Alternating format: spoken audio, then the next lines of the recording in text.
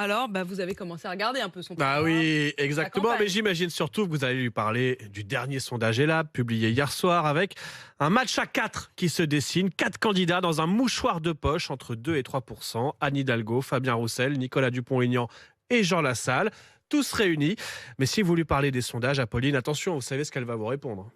Des enquêtes d'opinion qui sont pas vraiment aujourd'hui d'une grande fiabilité.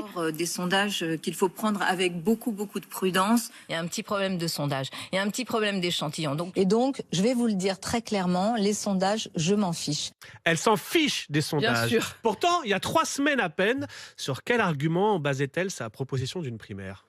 Vous avez quand même 85% des Français qui se disent plutôt de gauche, qui appellent cette primaire. Voilà, les sondages, on y croit quand ça nous arrange. Et puis si vous osez la relancer, elle vous dira que de toute façon... Aujourd'hui, la campagne, elle n'a pas vraiment démarré. Cette campagne n'a pas encore démarré. Cette campagne démarre pour tout le monde. Voilà, la campagne démarre à peine. Pourtant, que nous annonçait le patron du PS, Olivier Faure, au mois d'octobre ? À partir du 15 octobre au matin, nous entrons en campagne.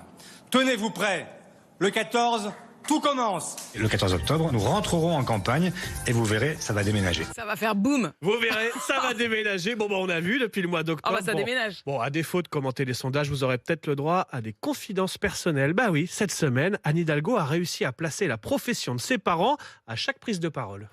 Mes parents étaient ouvriers, ma maman couturière. Mon papa était ouvrier, électricien, ma maman couturière. Enfant d'une couturière et d'un électricien. Voilà, vous y aurez peut-être droit entre 8h30 et 9h30, mais plus subtil encore, elle a réussi à révéler son régime alimentaire auprès de Mediapart.